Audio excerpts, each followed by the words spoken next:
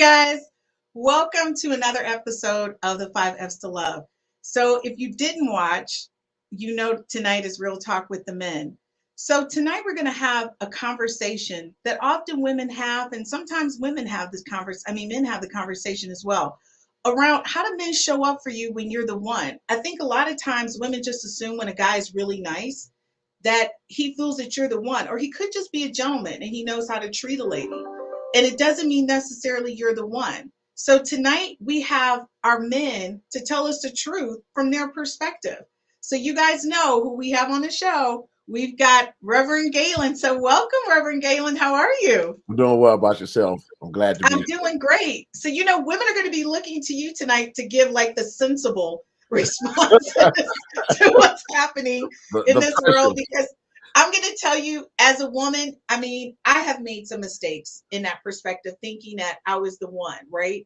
Because he was such a really good guy. And so I kind of misread the signs. So, women are going to be looking to you to give that clarity. And of course, you guys know we have Briant. And Briant, we all love you because you're the adorable one. We love your romantic perspective. You always have that romantic perspective that the women love. So I don't know. I don't flip tonight though. Don't throw me any surprises, because we have Cedric and we never know what Cedric is gonna say. So which is often quite shocking. Hey Cedric, how are you? Hey, love. Hi. Good to see you. The brothers. Yes. So you see how Brian started out laughing when I said he's the romantic sweet one? Mm-hmm. I'm a little bit concerned about that tonight. It may go a little sideways. We may have to stop for a moment. Okay. What were you saying, Cedric? No, I'm just trying to figure out why you telling. Because he's the adorable one.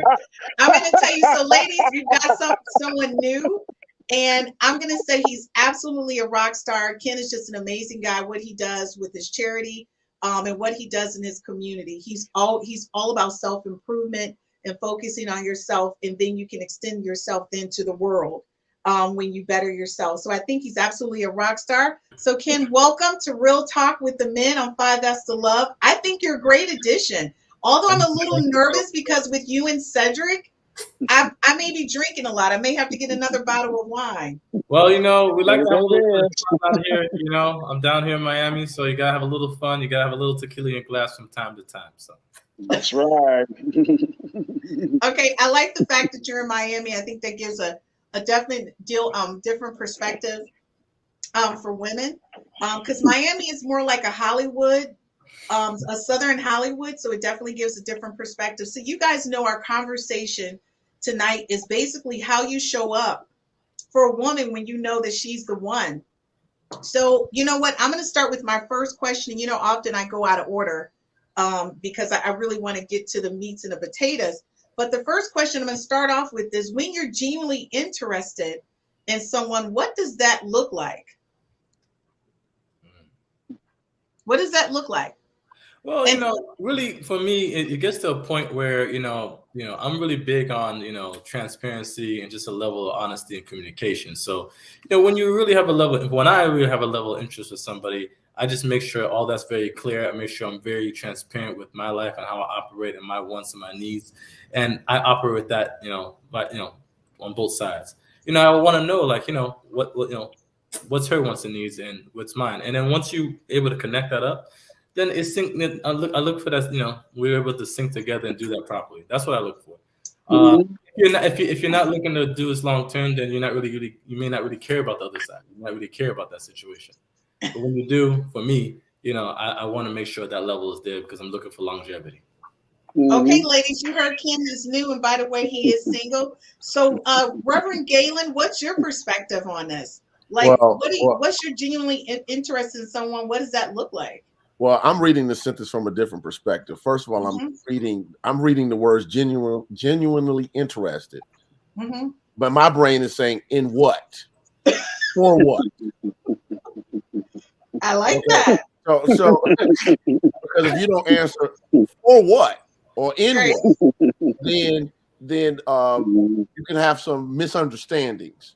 Because a guy can be genuinely interested in a female for purposes other than wanting to get a wife.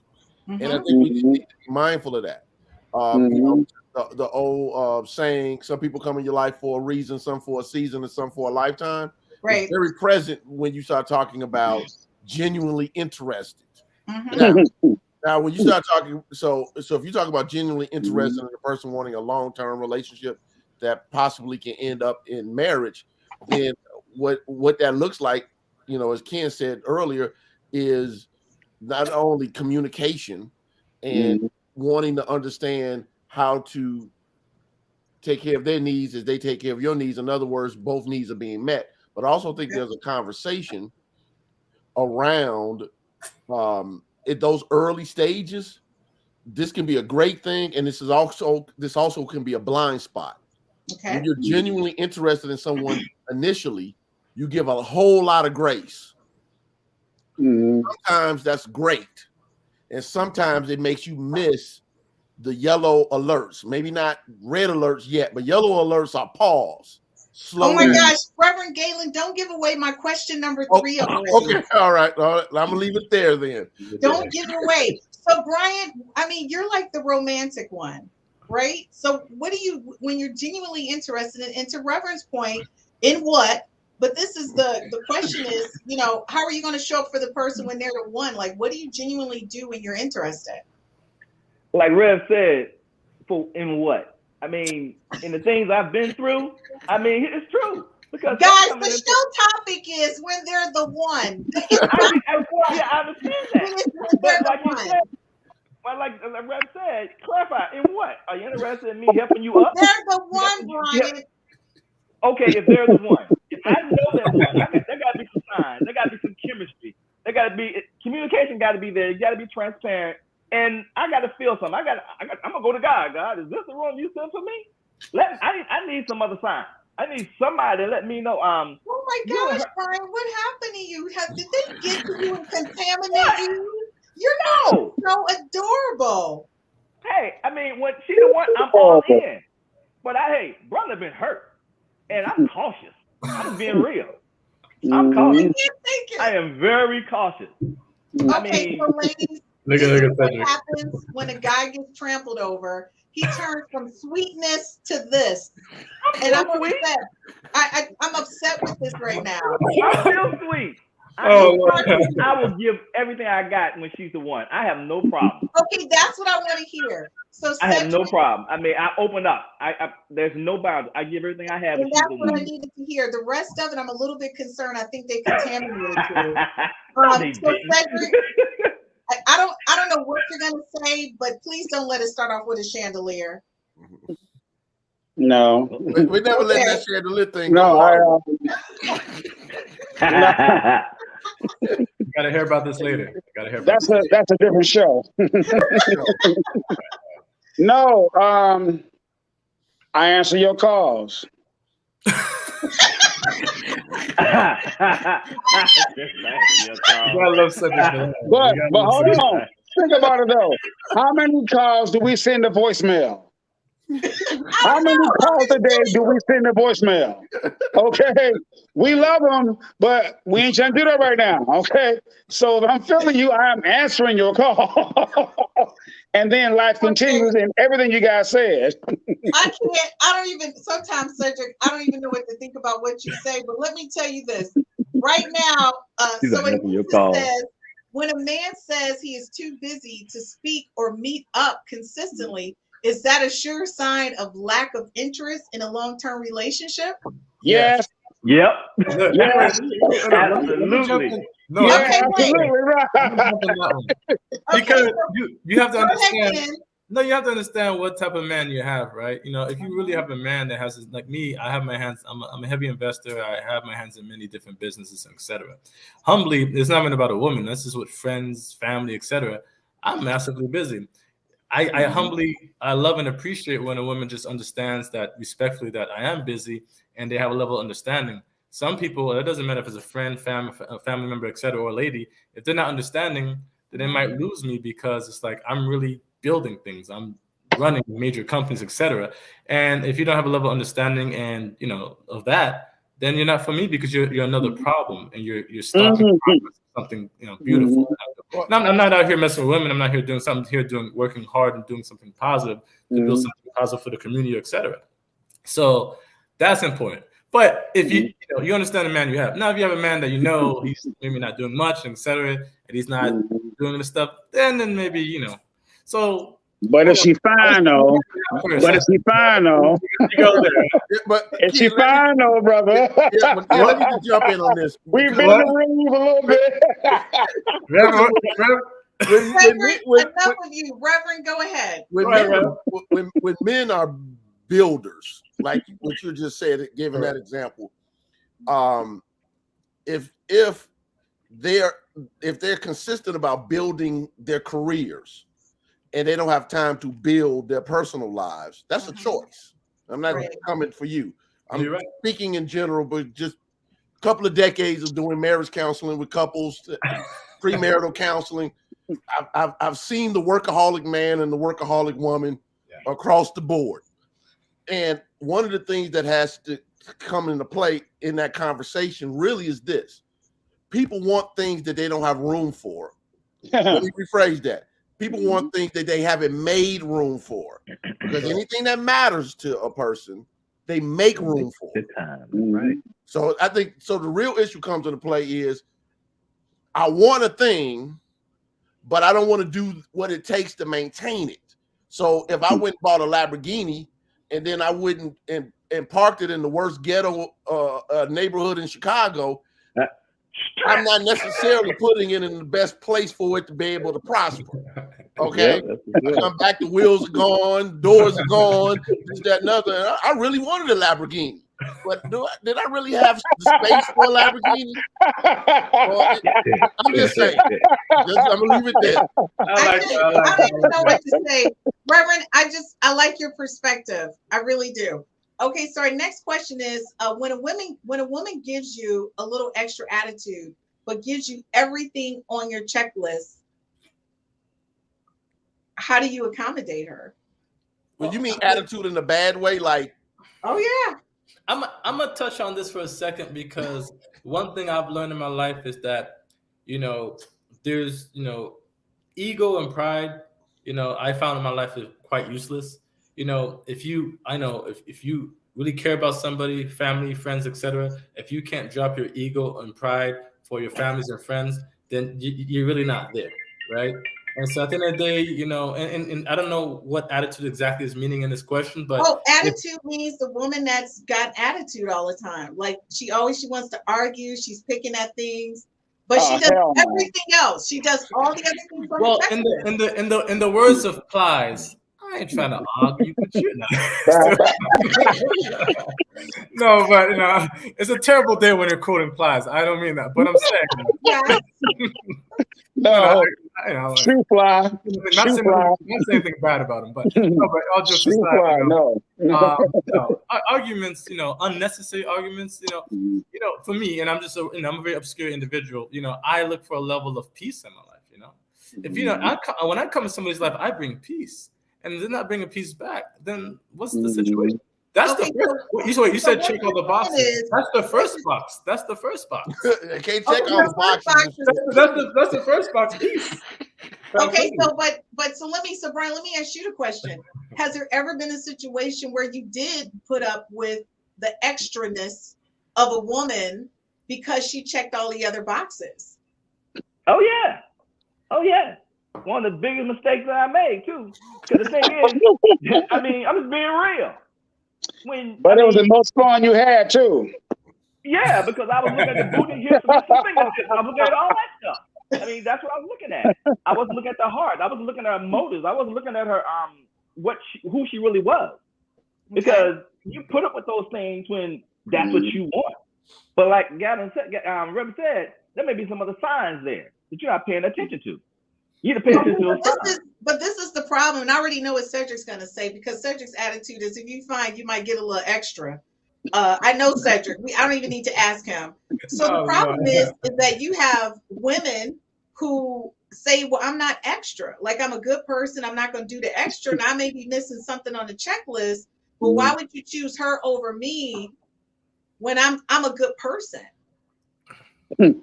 And all the men, so you guys keep saying it's not about this and it's not about that, but it is about a way a woman looks. And you will put up with extra when they look amazing.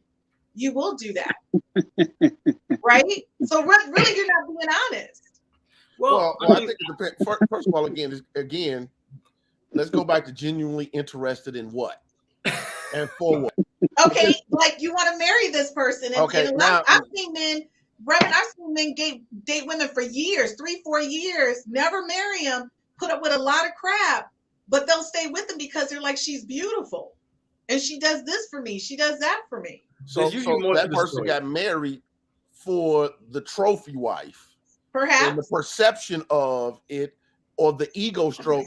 And Ken just talked about, hey, if you can't pull that ego back, it doesn't make a difference if it's the male or the female. If you can't pull the ego back, then you're building on something that's just not substantial. Okay, but what do you say to women who are like the average woman who's like, I'm a good person, I'm attractive, I got a good job, I'm a good housekeeper, I can cook, but you guys will pass her up, for the supermodel chick who can't do a darn thing but screw you. But that's not necessarily true. That's not necessarily true. I mean, we get that bad rap. That's the the marketing campaign that's put out.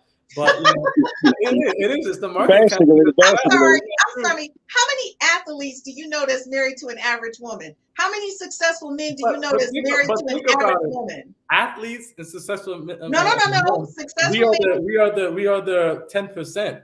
No, but let me tell you about 10%. You got the guys who are not in the 10% who are now mimicking that buffoonery. Well, I don't know if it can be true. I'm not sure if they have the tools to actually mimic it, but no, they're mimicking it. Let me tell you this. They're doing what you're doing on a Saks Fifth Avenue, Neiman Marcus. They're doing it at a Kmart Target level, but they're still doing it. It doesn't make a difference of the wallet. They're still making women feel like they are insufficient in what they're doing. I'm really big on mentality and ideology, right? So at the end of the day, you have different So to blanket policy all men will probably be incorrect, and to blanket policy all women is probably incorrect as well, right? Because it's like just because you're a woman, you are this gender, you are automatically this, not right? There's different cultures, there's different subcultures and things. And so what I will say, like if I was a lady and I was looking for a situation, I would look and say, okay, what do I want, right? And then you look at the different groups, right? Because there's different cultures and subcultures, and that might fit your wants and needs. Because there's one culture that cares, right? In Africa, the bigger a man is, right, the more wealth, the more attractive, right? And other parts of the world is like, no, I want you, boom, boom, you got to be buff, you got to be cooked, right? So okay, but also in Africa, it's the same thing.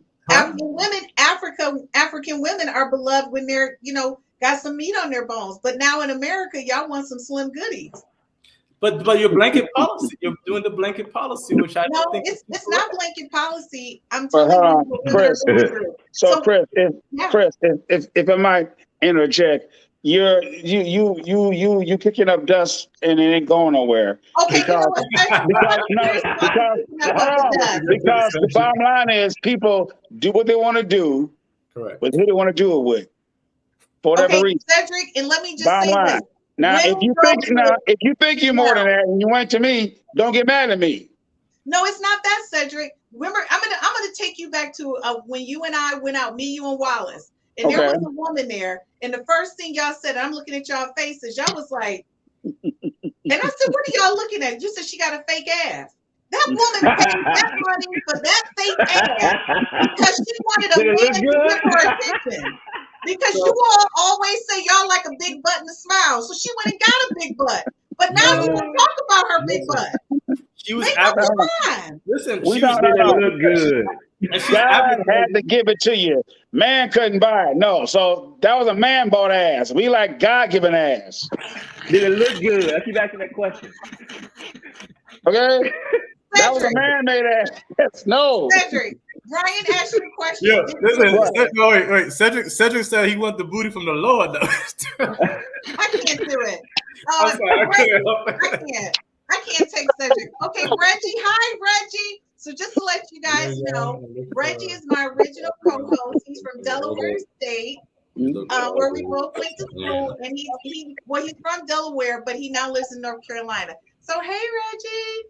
So Reggie says, when you're young, you look for all that you want in a person. When you're older, you look for all that you want in a person. And now you add to that another list of all that you don't want in a person.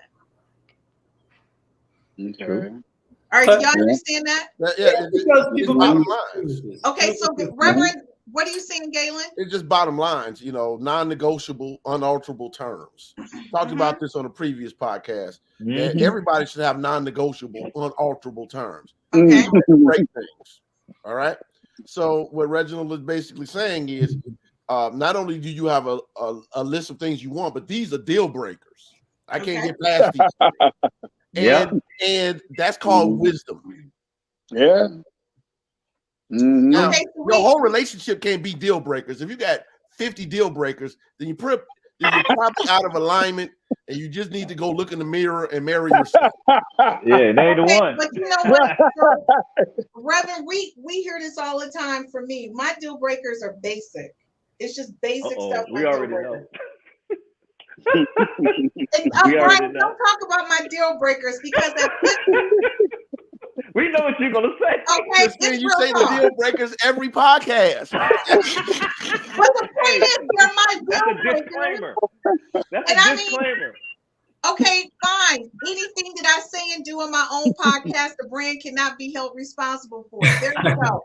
So listen, the bottom line for me, I do have deal breakers. At the age of 50, the first question I ask is, are you paying child support? That'll tell me if you got a young girl.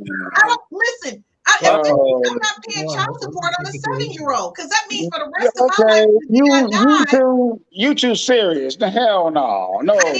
Come on now. No.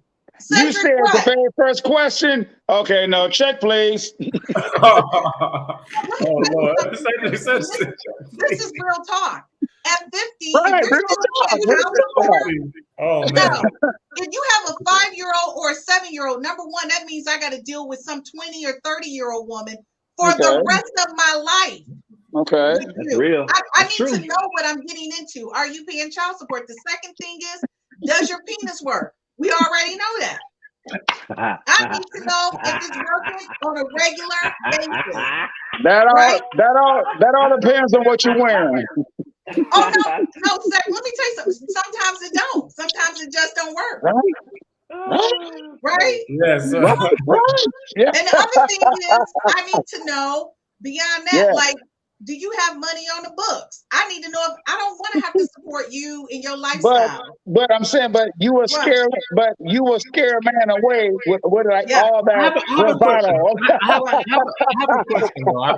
You brought up something that I'm curious. I have a question. What? So if you ask the child support, that's I respect the question, and then you also asked if you have money in the books. You said these are the 2 top questions you asked right away, right? Oh no. My top 2 is, does your penis work? That's number 2 after child support. So if you would reverse these situations, if I say, hey, listen, mama, baby daddies, how much money do you make?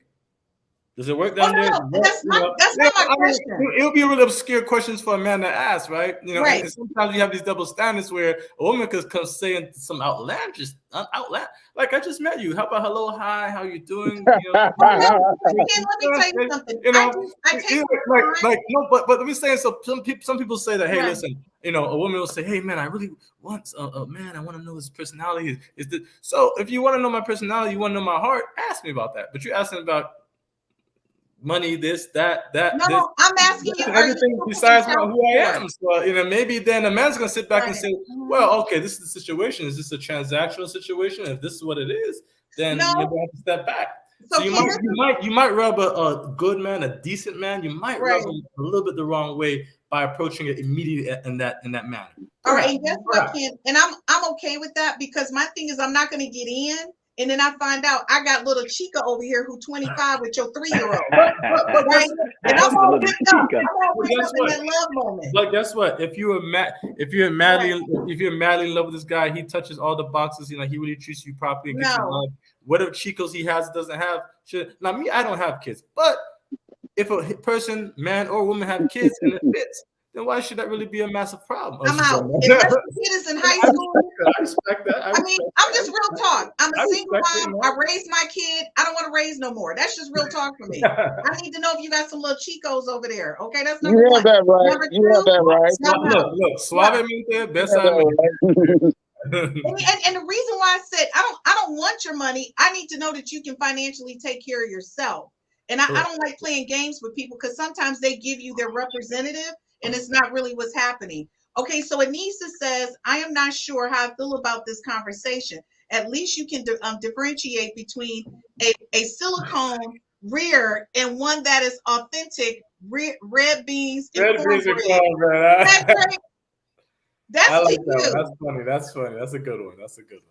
That's your girl Cook. I happen to love cornbread personally, so she coming at me. She coming at you, Cedric. What she say? Hold on. You need to read her comments. Oh, okay. Yeah, whatever. No, I didn't tell the difference. I just want to tell them. All right, so Ken, would you date somebody with an artificial butt? Listen, that doesn't matter to me. Listen, at the end of the day, like I said, I really look for character and personality personally. That's what I really look for, honestly. So I mean, all the extra stuff, whatever, it's not something that, how am I gonna judge somebody based on what they did, on how they felt at that time, right? Right. We've all done things that we felt at a certain time that doesn't encompass of who we are for eternity, correct? Correct. So if you got, I mean, I don't have any tattoos, but if you went and got a tattoo when you're 18, 19, I'm going to judge you on a tramp stamp and saying, oh, you're automatically this for the rest of your life because you got this when you felt that way at a certain young age. That's kind of me right there. That's not being involved. I'm big on self-development, and that's not an evolved way to think for me, personally. Okay, well, guys, we got to go to a quick commercial break. And we'll be right back after this commercial. I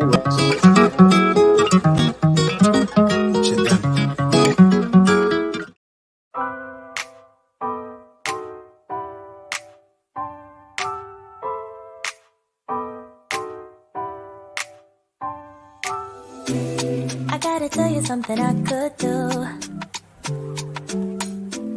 I could be running or I'm chasing you, but I won't.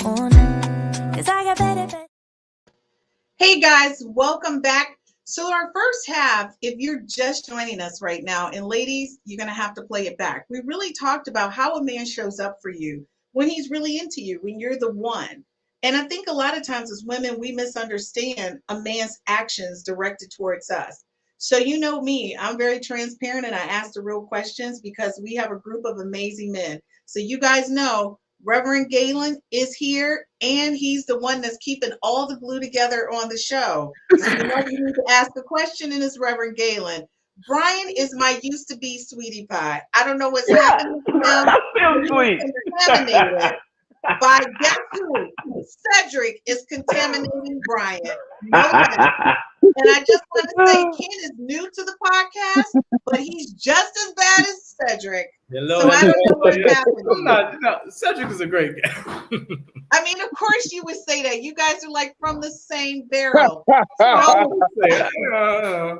just want to go back to a couple comments because they start coming in. So Carlito's Way said a man will tend to answer a child support question honestly. And I'm going to be honest with you, men have. They've never had a problem with me asking them, like, do you have any toddler children? And normally what I ask, what are the ages of your children? And then I'll say, is that from your ex-wife or a girlfriend? How's that relationship with them? So I'm not that raw, Ken, just like, what's up? You got, some little out there or something. And then she also said that's why women ask that question on a first date. We ask it because that means, so the difference is, and let me explain to you, Cedric, we're going to talk about this, not in this podcast, but in another. The problem is that when you end up being the stepmom, you take on more responsibility than what you intend to. And I'll say that because I was in that role at one point. I was the stepmom. And I was the one making the dinner, doing the baths, dressing him, and all. It was a lot. And it was like, okay, I wasn't really planning for this, right? So you need to know what you're getting into. And instead of, oh, well, I can only see you every other weekend, and you're trying to figure out why, thinking they're at work. No, they got their kid every other weekend, and they're waiting to pop it on you. I don't like surprises. That's too much. And I agree with that, man. And that touches on my main thing, which is like my main thing of overall honesty and transparency overall. So yes, I agree with that. Yeah. And I like and I'll tell you, as a single mom, when I was dating, and by the way, Carlito's Way said the child support question is not about money. It's really not. And I'm glad she clarified that. It's not about money. I will tell you, as a single mom, I told people right away, I have a son. He's a priority for me right now. And this is where you fit in. Like I told people exactly where they fit in. When he's gone for the summer, you can have all of me. When he comes back, then I'm going to see you on the weekends. And that's all I can do. Like, because during the week, you can't be in the house with me. Because I didn't believe in that unless it was a committed relationship. My son didn't need to see you exiting my house at 5 a.m. That's not a good look, right? Correct. And I'm grateful I did that because, my son still thinks I'm a military mom, right? So thank you so much. I really appreciate that. Look at you, King. Don't try to get on my good side now. You and Cedric are road dogs. I'm just trying to figure out, did you just admit to a booty call? No, I did not admit to a booty call, Cedric. No, I did not. That's what it sounded like to me. You know what, Cedric? If my son is watching Midget, I did not commit to that booty call, honey. Okay, so she said Ken is holding his own. Welcome aboard. That came from Cook. Thank you very much. I really appreciate that. Carlito's Way, she is stuck on that child support. She said the question is about existing relationships. You better tell them, Carlito's Way. Sure is. So I understand that. I respect that. And Reggie says, Ken, how real can a person be if they're using fake beauty attractions? Reginald, listen. Yeah, Reggie. You're right. You're so right. I don't want to go so deep. I'm gonna go deep now. I don't want to do it, but I'm gonna try. Cedric, Rockman. I'm gonna say something. I'm gonna bring it back. Just for fun. Walk me this path for a quick second, right? Now think about for a second, right? One thing I want to say I really love and respect about women, they always say women are the brain, men are the muscle. Meaning women, you guys are intelligent, you guys use this because you guys have this, right? The marketing campaigns that have been out are amazing because women are honestly geniuses. They're really smart, they're beautiful, and I love it. And men, they get. So I'll just get to the point. So what's the situation with that question right there, right? So, the whole thing is that, there's a marketing campaign that goes around that says men lie, right? There's a lot of good men that don't lie, keep it really truth and transparent. I'm one of them. I'm very, very, with the transparency. I'm massive. You're in the 10%. You're in the 10%. I'm only kidding you.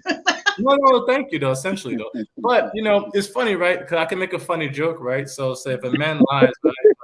If you come with fake eyelashes, fake breasts, fake booty, fake hair, waist training, and the fake hair, and fake everything, and then you make a man fall. Oh, sorry. And then are you seeing the Instagram, the social media vehicles where they do the super makeup where they just become a whole different being, right? Right. And it's like you're all fake, which essentially is all a lie. Fake calves. It's like, damn, who's really lying, right? But it's a funny joke, and I just so I understand, right? I'm not sitting here trying to bash anybody, most definitely. Right. But at the end of the day, for me personally, myself, I'm really big on I'm talking if I'm with a lady or whatnot. It's like, hey, listen, I say, listen, I like natural beauty. Mm-hmm. I don't. So first of all, I don't need or want the fake stuff. Some people look for that. I respect that. It's just not my vibe. So natural beauty is my thing. So when you're that and you have it that way, I'm gonna say, listen, you look gorgeous. You look beautiful without makeup. You wake up in the morning, listen, you look beautiful without makeup. You don't need to wear it. Right? I'm just gonna give love and support, nonstop. And that's really good of you. But some women need makeup. That's all I gotta say. Okay.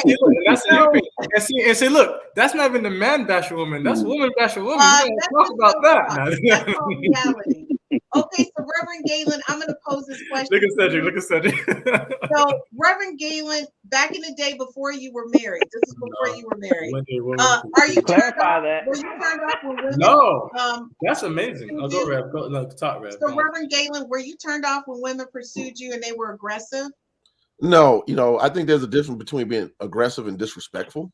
Okay. And as long as you long as the line isn't crossed. Well, especially in my field, I have a field where you shouldn't be clowning, but just in general, aggressive just means you know what you want. I respect people who know what they want. Correct. Because if you have an intention, you should go after it. I'm a big believer. I tell people, in classes, coaching, ministry, whatever, don't be the person who tells yourself no. I like that. Okay, because you're going to bump into enough no's in the world. Why are you telling yourself no? So if you see someone that you feel as though is worthy of pursuit, go for it. Now, the worst thing they can say is no. Again, as long as it doesn't step over to the line of disrespect or a person acts like a fool to try to get your attention.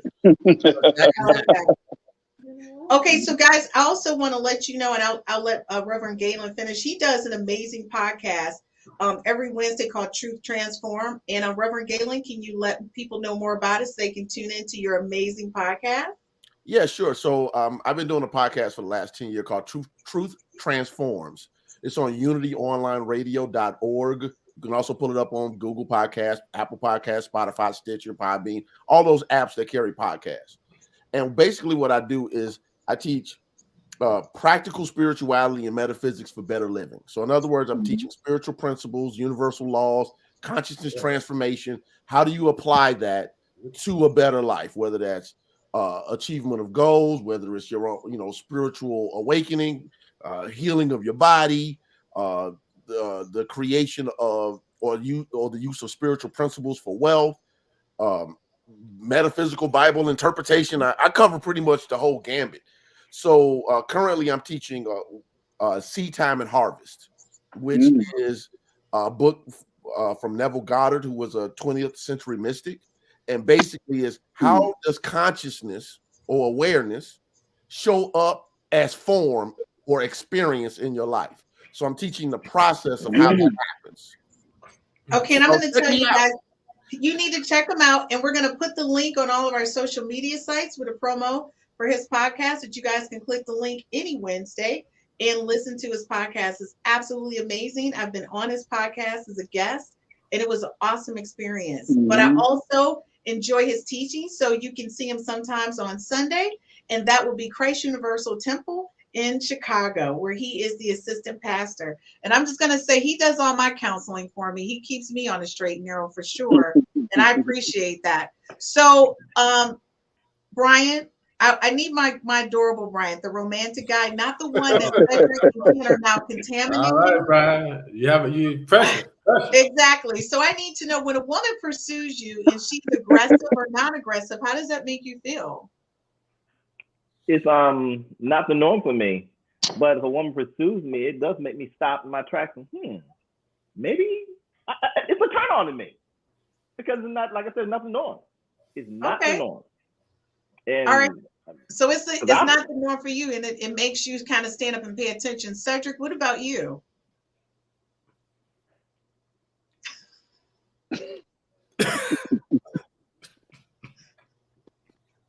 What was the question again? Cedric, really? Too much wine. Too much wine. Are you turned off? Too much wine. Really? You took so long. Just tell me the question and answer. Tell me again. You took so long. Are you turned off when women pursue you aggressively or non-aggressively? Not turned off, but just give me enough to make me want to, come and get it. I don't like aggressive women. No. Okay. Entice me. So give me enough to make me want to come get it. Pursue you. Come get it. Okay, Kim, what about you? Are you turned off by aggressive? No. When it comes to this question, I don't believe in that whole, the whole predator thing is fine, but no, I mean, personally, it's we just didn't say predator. We said aggressive or non-aggressive. We got Hold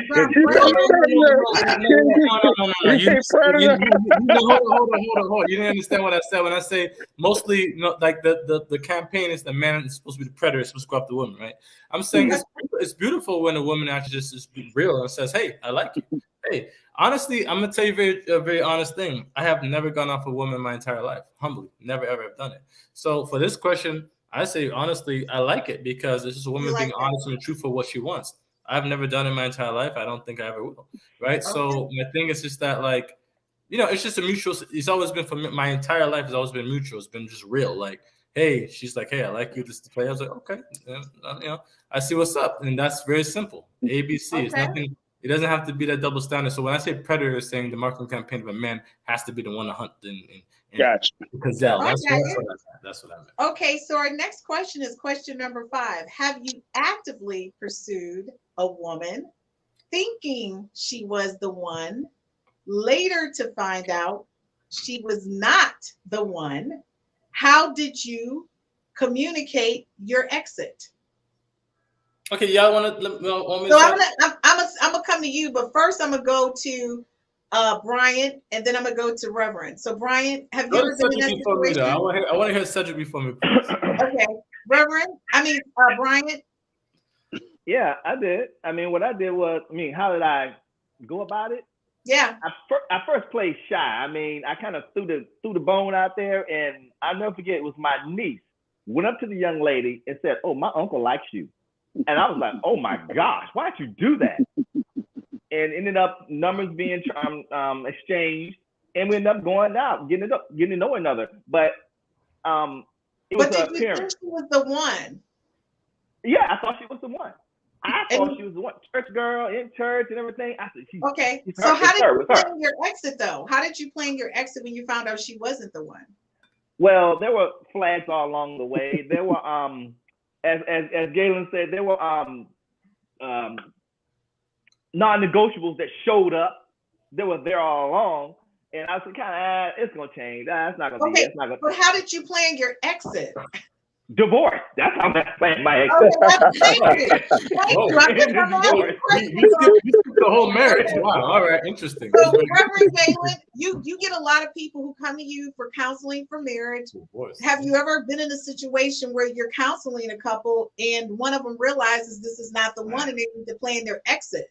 How does that look for them? Well, actually, I've recently dealt with that situation with a couple, and I struggle because I'm a very direct person, but as a minister, you can't give direct advice because people just want to just say, I did it because the minister told me.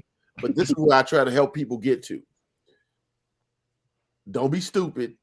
You knew and you've known for a while, this isn't the person. You all are just not compatible, and you're not willing to do the work to become compatible. I don't believe, let me just put this right out there, Christine. I believe we create a one. We don't necessarily find the one. Those are totally different things. Yeah. Because this myth isn't sold to men as much as it's sold to women. That there's the perfect person for you. Nonsense. Okay. The question comes into play is, and Ken started to show off with it: communication, transparency, the humbleness, pushing back the ego. These are things that allow the one to be created in a space, so you become the one for each other. It's not that this is predestined, predetermined by God, universal, whatever term you want to use, as much as energetically you vibe together. Now, once you get past the energetically you vibe together, then you have to go to the stage of, can we live together? Can we grow together? Can we build together? What ends up happening is, once people realize that that's not the case, Listen, Rev is preaching. Right. Once they realize that that's not the case, they don't have an exit strategy. So what I try to do is show them that either the exit strategy is going to be smooth or it's going to be tough. It's sort of like that jailhouse video from MSNBC back in the day. They spoofed it on the Boondocks. We could do this the easy way, but we can do this the hard way. It's still going to happen. Like seriously, you can exit with grace, or you can exit with anger, frustration, and fury. Brokenness, depression, and things, all the things that you don't want to go through. Just because, and hear me when I say this so I can wrap this up. when you are going this way, right, and it's clear that a person is going that way, right, and you are holding on to them, you're breaking yourself up. Yes. Yep. And the pain of a poor exit strategy shows up as a broken life. The problem is people are so ego-minded that they think that's the fault of the other person. Exactly. When it's really themselves. I refuse to release. I refuse to let go. I refuse to see the sign of the times. And I want to blame the person for only being who they are when I have the choice to continue to engage or not engage with that person. So the exit strategy of the ones that people used to think are the ones is rarely easy because people want to be the victim instead of choosing freedom and peace. Okay, so guys, we're going to take a commercial break and we'll be right back.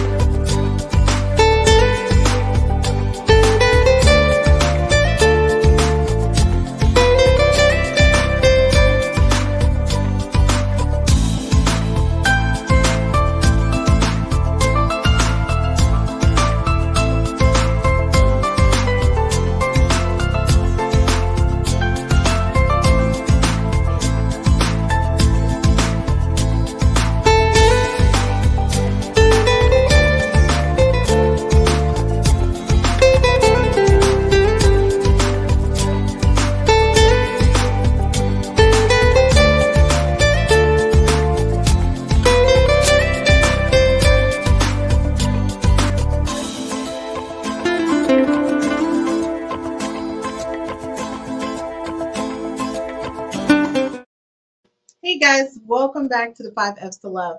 In our last session of this episode, I just want to say I hope you're paying attention. So if you missed the last session in the episode, you know, Reverend Gaylon really gave us some really foundational things that we need to take a look at. It's how you show up in that relationship or in that marriage, and what you're willing to accept is your role or the role that you played in that relationship. It's like he said, if you're trying to stay with someone who's going in the opposite direction of you, is it them or is it you? And you need to take a closer look at that, at who you are. So again, if you're joining us, I want to need you to rewind because you missed some goodies. Of course, we haven't gotten to Cedric yet. So Cedric, of course, we're going to start off with you. So I want to welcome you back. I want to welcome Reverend Gaylon back, Briant, and Ken, our new addition.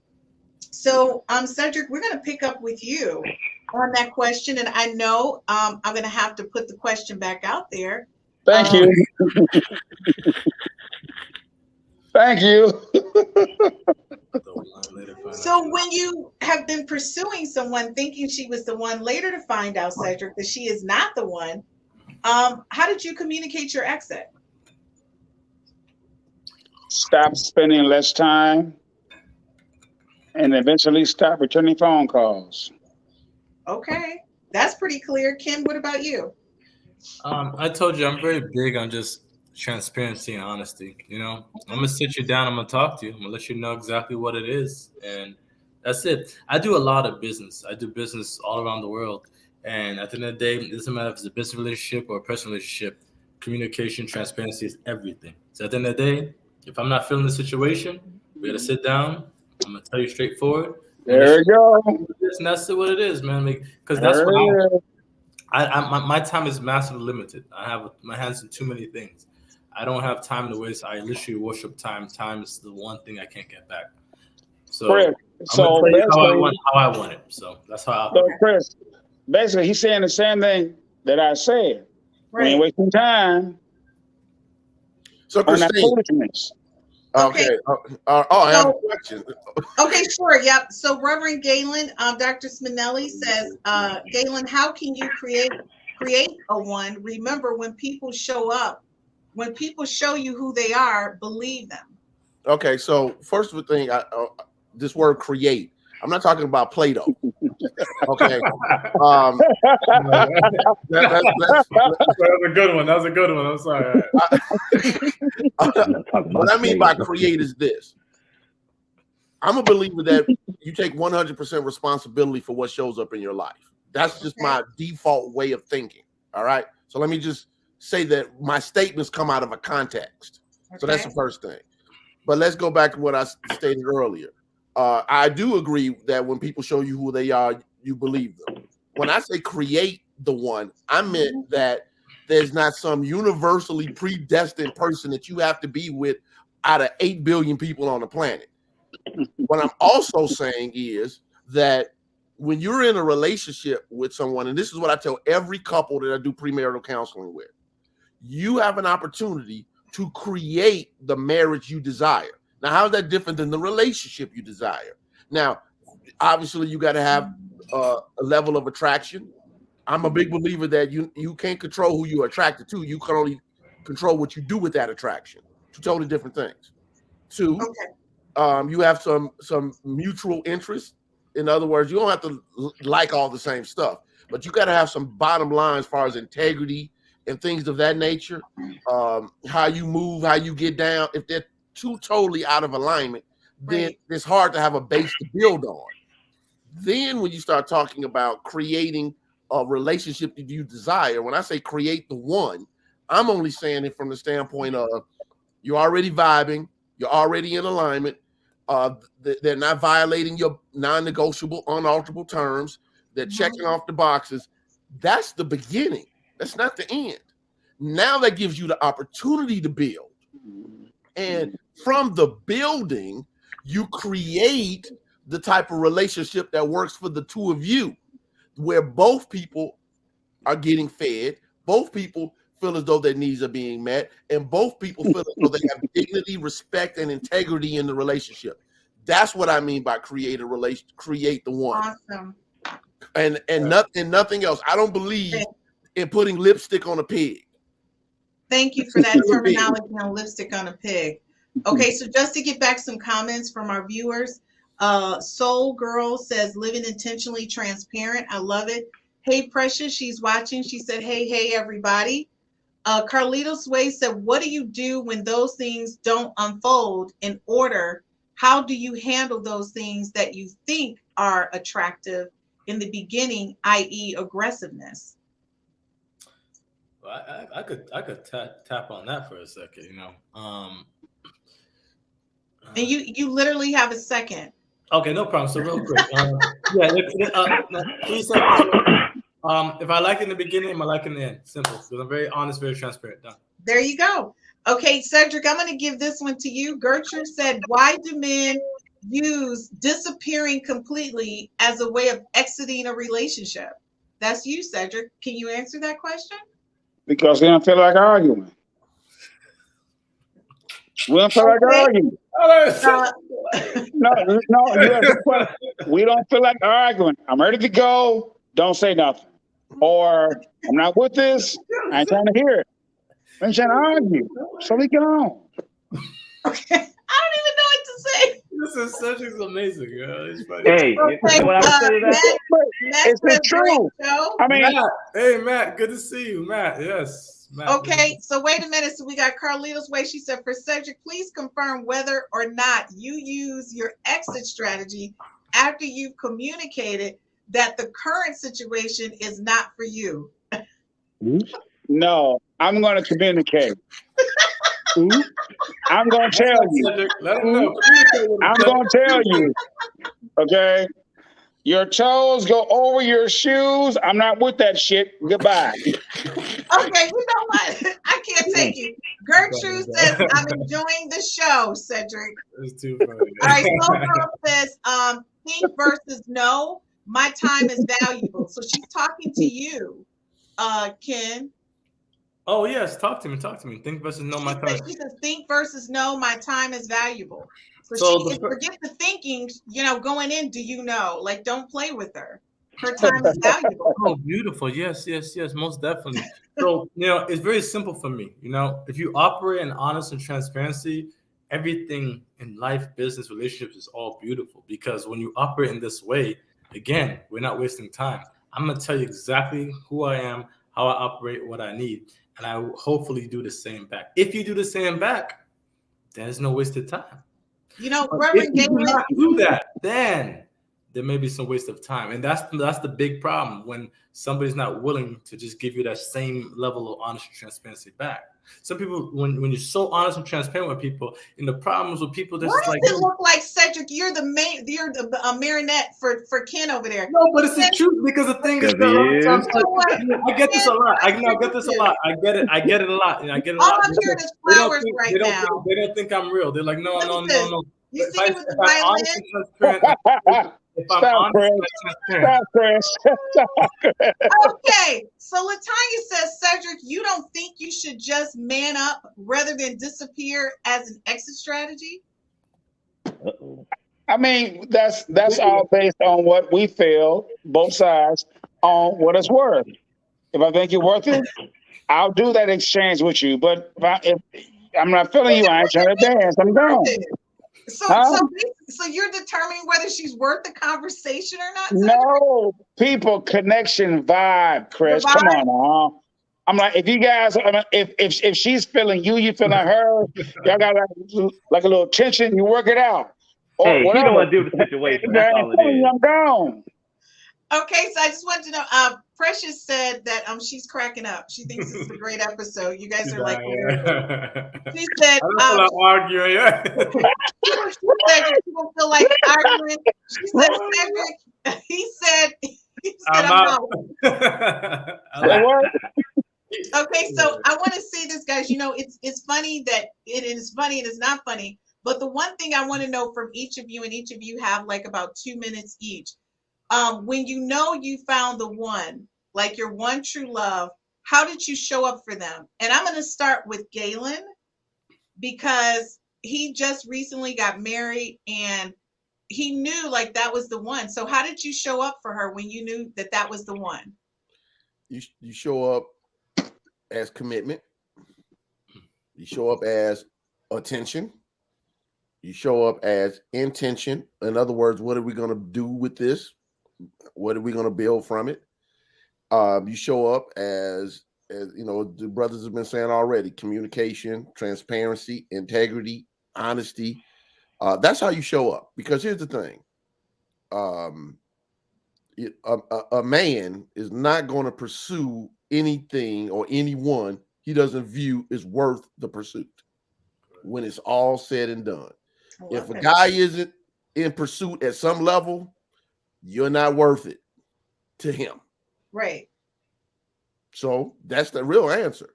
You show up, even if it's an aggressive woman that's coming to you, you're still going to have a certain level of pursuit in you, because, but if you viewed as not worthy of the hunt, then the guy's not, he's, what was that old movie and book? He's not that into you.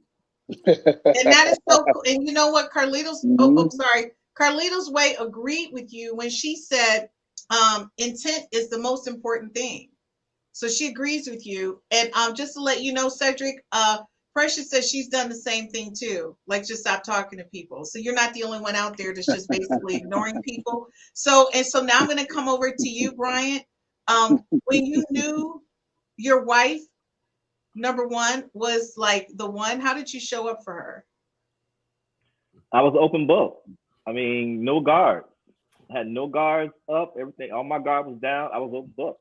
Everything that I had was hers. I mean, I did anything for her, cook for her. I mean, there was nothing I wouldn't do for her. Okay, that was beautiful. Okay, Ken, when you but on that, I gotta go. Go, y'all. Brian, see you. Thank you so much for joining us tonight on the podcast. Good to see you, bro. Having me. You see, hey, stay good, Cedric. Hey, yes, sir. Don't let Cedric spoil you now. No. Very loving individual. Don't worry. Now, Cedric's a good guy. Y'all be good. See you later, Christine. My brother. Like, Okay, so Ken, when you found the one and you know that this is the one, how are you going to show up for her? I'm very simple in how I operate. I just dive all in, at the end of the day, and just dive all in. All into me is 100% no ego. I told you, no ego, no pride, full transparency, and I evolve her in everything of all of who I am, and vice versa. Very simple. Sometimes we make things a little too complex. Is for what? If you really want this drink, this is a thought. Is there a mythology to it? No, you sip it. You're gonna go all in. You're gonna sip it. Very simple. I'm so afraid of you and Cedric together. Very, very simple situation, because when you make this a little too complex, for what? What are you doing? You're overcomplicating. Okay, so that's in a situation you dive all the way in, and I release absolutely everything. Okay, so I'm going to tell you that Soul Girl says Anita Baker giving you the best that I got. 24/8. Soul Girl, yes, that's a proper comment. She said, Reverend Gaylon from Precious, she said, thumbs up, drop the mic. Like, hey, Rev, you did kill it, Rev. She said, Rev, you just drop the mic. Like, you're doing it. Thank you. Hey, Nick says, hey, Chris, just landed in AK. Please forgive my tardiness. That's all right, girly girl. You on the road. Gertrude said, thank you, everyone. She really appreciates the show. And Cedric, I'm going to end on you. Like, when you know you found the one, how are you going to show up? In every way that the brothers already said, but the bottom line, at the end of the day, what it all comes down to is that chemistry, physical, spiritual connection amongst A and B. So you're washing dishes, I walk up behind you, squeeze your shoulders and bite your neck. You're behind the stove, I walk up behind you, hug you, squeeze you, and whatever. Cedric's talking real talk right now. Little touches of, I'm feeling you, baby. I still love you. I'm still attracted to you, connected to you. That shit is energy. That shit is like for real. So my brother's done said it. So he already know. And you know. So that's how it show. I mean, because if I ain't feeling you, we ain't feeling you. We can't do that. So if we're feeling you, and if I'm feeling you, I'm gonna give you that everyday shit that I'm with you. Tama said, boy, bye. Whatever. She just threw that out there. You know what, Cedric, I'm going to tell you, I think that, and we've talked about this because we're really good friends and we talk a lot. And one of the things that we talk about in relation to relationships is that oftentimes I have a hard time being myself because I'm very concerned about being taken advantage of. Mm-hmm. If people knew how sweet and adorable I really was, then I think it would be a free fall. Right. They have no idea. There you go. So I put up this hardcore exterior, like it's no nonsense, because I feel like the right guy will see through that. It's gonna Christine, I have to tap into that. You know why? Right. Because why I do that? Do you know what what's your definition of true strength? What do you mean? Like what? No, seriously, like on a real, just on point, what is your definition of true strength? What is your definition of actual true strength for yourself? My definition of true strength for myself is me being allowed and acceptable to be me, my real person. And what I'm going to say to you and you're right, and I love it. There's no right or wrong answer. I love that. And to add to that definition, my definition of true strength is the ability to be vulnerable.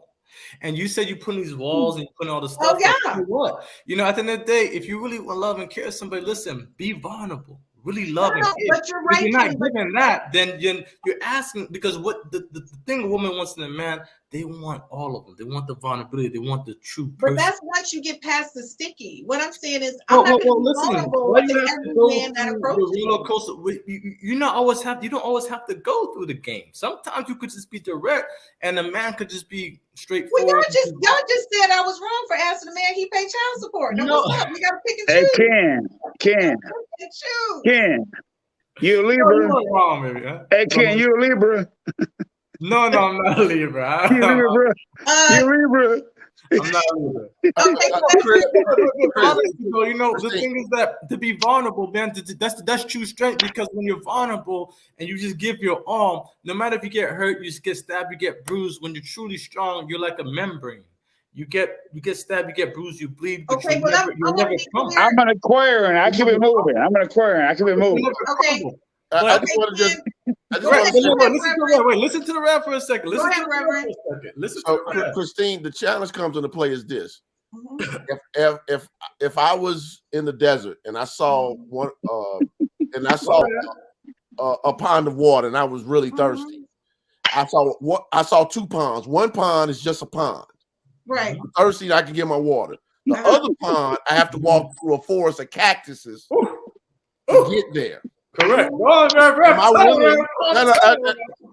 Am I willing to walk through and possibly get stung by 50 cactus just to get to the water? The water is great. The best water ever. Listen to Reverend now. Okay, it's the best water ever. Yes. I don't know if I want to go through the pain of getting to the water. And guess what? Reverend? I agree with you. Real boy, you gotta listen to Rev sometimes. The real boy, he's preaching out here these days. Look at Cedric. Whatever. So I'm going to say this, Reverend. You are correct. And with the right person, they will get the ocean. But what I'm saying is there's so many guys out here. Wait, hold on. No, wait. But there's so many guys out here who are out playing games. And at 50, I'm not about playing games. If you want to be my friend, be my friend. If you want to be a potential person I'm going to marry, I'm going to date to marry, then say that. But what they do is they try to get in on, oh, you're that kind of woman I'm looking for. When basically they're saying what Cedric is saying. They're out for the ass. Just say you out for the ass. And then I can have an ass relationship with you and I'm okay with you.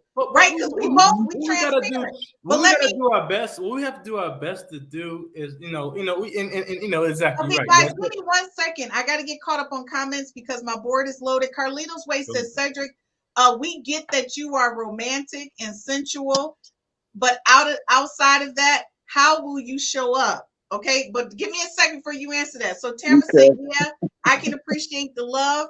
Precious says, I can't.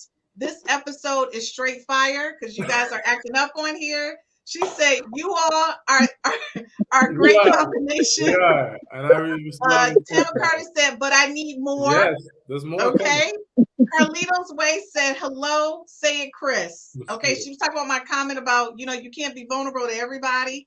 Okay, and then why she say mosquitoes? Mosquitoes. Where the mosquitoes from? She said, say that.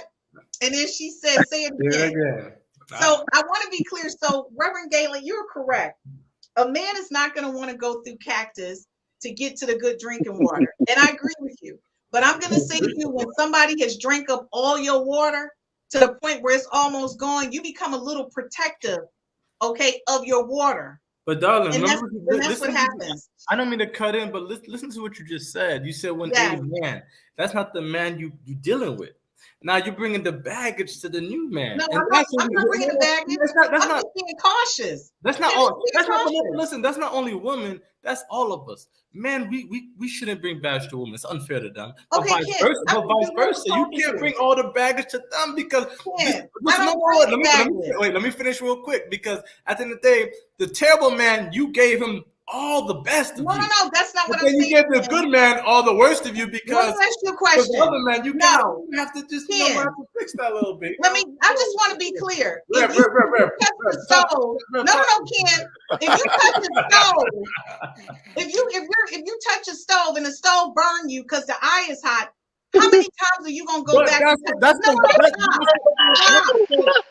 But listen, that's a stove in one house. That was good, Chris. That was good, Chris. Stove in the water. It's a different. What I'm saying is, So moving forward, you approach a stove a different way. You approach it with more caution. So I want to be clear. Anybody would be an idiot. I'm making it simple. Listen. Any person, man or woman, would be an idiot if they continue to allow people to approach them in the same manner and not be cautious. What I'm saying to you is I I don't have a problem. You have to, I don't have a problem with being vulnerable, but I'm not going to be vulnerable with you, with Cedric and Reverend Gaylon, just because, I should be. No, you got to earn that vulnerability. But you were vulnerable at a time for the wrong man. Yes, when I was in my 20s and a stupid ass. Listen, you gave that wrong man. In my 20s, when I was a stupid ass. You learned. But I'm with you now, but listen to me now. But now you have to find that balance, because what happens if we're so coarse and we're so this and right. You might have you might have the one and you don't even know it. You putting him through hell because go backwards. I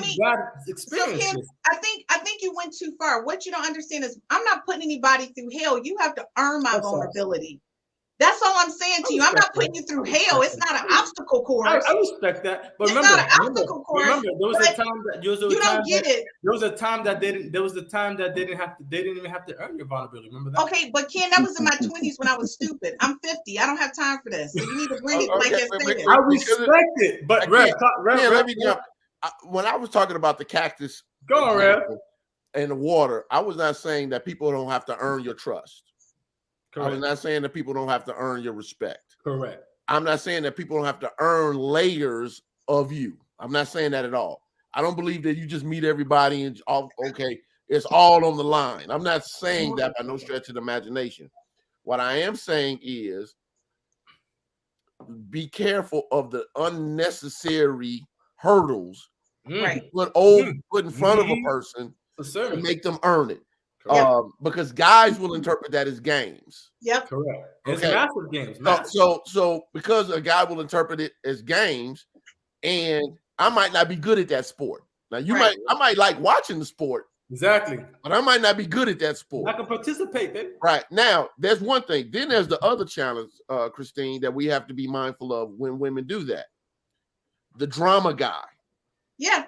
Okay. Because the drama guy will engage in that, not because of the essence of who you are, but because they can't be in a relationship without drama. Exactly. Okay, so how do you navigate vulnerability versus protecting your heart? I think that's really what you're saying. Exactly. Okay? That's a different conversation. Now, this is what I would tell a person. I have the answer.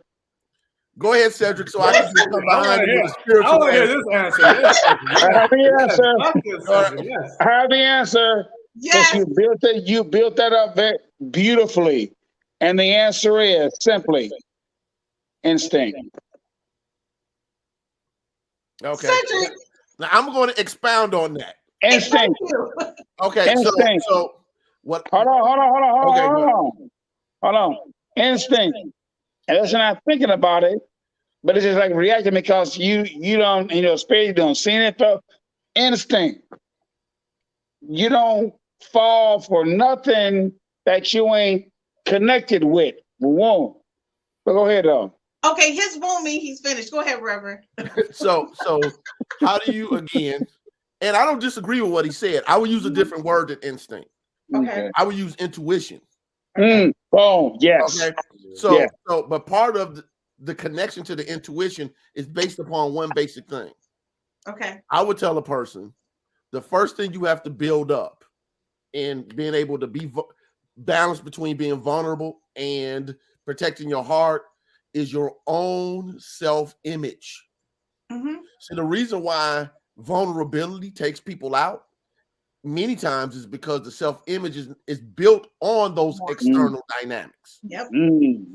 So what I tell people in ministry, and you've heard me say this many times, Christine, is a term I coined. There's something radically right about you. Right. So first thing you have to do is accept your own wholeness. Yes. Okay.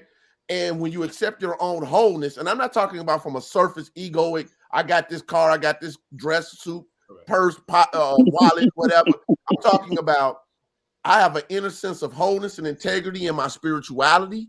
I know who I am, and my wholeness is not based upon external factors. It is not based upon race and gender and orientation and all of that. From my perspective, is because I'm the image and likeness of God. I showed up here with purpose. I showed up here with power. I showed up here with intention, and I'm about my Father's business. Now, When I'm in that level of consciousness or awareness, when I deal with people, now I'm paying attention to my awareness as intuition, which instinct is a part of, to where I know when it's time for me to engage and when I'm not. But one of my spiritual teachers often told me, God bless her soul, she's moved on. She used to say, God is not going to shout over your mental noise. So if you want to learn how to balance it, learn how to quiet your own mind. Go start doing some meditation, start doing some mindfulness, start doing some prayer work and some study, and calm your internal noise down so you can hear the inspiration and intuition. When did you get that? When did you get it? What year? Me? Yeah. When did you get it? When I got, I'm an A student. I was early 20s. No, exactly. That would be the story. So I was saying, when did you get it? When did you get it? You know what I'm saying? You can tell us. You can tell us. I don't understand the last part you said, brother. No. When did you get it? It was a bit of a story. I'm trying to figure out when you figured out what she already knew, what she explained to us.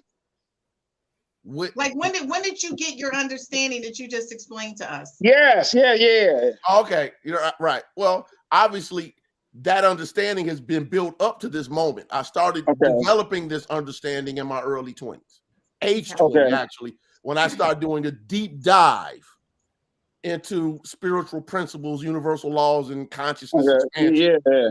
Right now, I realize that that's not everybody's go. But that's mine, though. That's why I recognize that as mine, like yours. Okay, so guys, let me go through a few comments before we sign off. Carlito's way said prior history is relevant in all situations. She also said, Reverend, please explain to them prior history is relative. Prior history, what I would wonder what relative means, because here's the thing. I'm not a super fan of Dr. Phil, but one of the things that he used to say on Oprah back in the day was the best determined that let me paraphrase it. The best determining factor for future action is past action. Okay, so what she said right here, Reverend, she said prior history is improperly labeled as baggage, as if baggage is not relevant. Damn. Now baggage is always relevant. Okay. Listen, the Reverend said it. Listen to it now. Baggage is always relevant, because here's the thing. The difference between a past and baggage is very, very serious. This is the difference between the past and baggage. Correct. Past is something you can reference. Baggage is something that still determines your action and the future you're living in. You hold on to. Correct. Exactly. That's the difference. Right, and that's the difference. It's real simple. Past is past, and what you hold on to is baggage. Simple. So, ladies, you need to pay attention to that and understand how you're managing that. And so Tammy says, I don't want to. She said, I don't want mosquitoes sucking my blood going through the forest. Go ahead. She said, Ken, so many words, so many directions. Yes, correct. Happens. Carlito's way say history teaches us to recognize signs, and signs should not be ignored. I respect that. I agree. Carlito's way. Respect. Okay. Soul Girl says, I'm learning from experiences. Respect that. Carter said, preach. She was talking about Rev, and she said, Carlito's way said, it helps. Maybe you should think of baggage as vintage and not access. Vintage. Carlito's way, you might hold on a little too much, miss. You gotta think about it. She said, ding, ding. I think I like that. She said, thank you, Rev. That's a good one. I want to say to you guys, thank you so much for joining us on this episode of 5 F's to Love. Ken, you're an excellent addition to the team. I do my best. Much love to you guys. Thank you so much. I just want to say, I don't know if I can handle you and Cedric. I got to work on that. I'm going to need Rev to stay along. Stay along for the ride. Gertrude said, yes, Carlito is the hard lesson to learn from, but you learn. And that's the truth. So I want to say thank you to you guys. I really appreciate you joining me for this episode of 5 F's to Love. And as we tune out this session, I want everyone to understand that, life is going to bring you a lot of challenges. And one of the things that you should not challenge yourself with is who you are and what you want out of life. So if you found the one, and when I find the one, he's going to get 110% of me. and he's not going to have to go to the forest to get to my water. Water is going to be right there for him. But until the right one shows up, I think they're going to have to see some trees, okay, before they get to the little water. Why? Because everyone doesn't deserve to get your water. And that means men and women. I think sometimes men are just as vulnerable with the idea of being in love with the right person as women are. And they tend to make mistakes, as we all do. It's called life. It's called experiences. And the other thing is, no man can pay for another man's eras or issues that they've embarked upon your life. And I think we all have experiences, but those experiences don't need to turn into baggage that we've carried all along the way. So one thing, if you got anything from this conversation, is that being transparent in who you are, effective communication, and being honest about where you are in life. If you're not ready to commit, then don't lead anyone down that road, giving them the intention or the idea that perhaps you may commit to them at some point. So again, thank you for joining us at this episode of 5 F's to Love, and we'll see you here next week.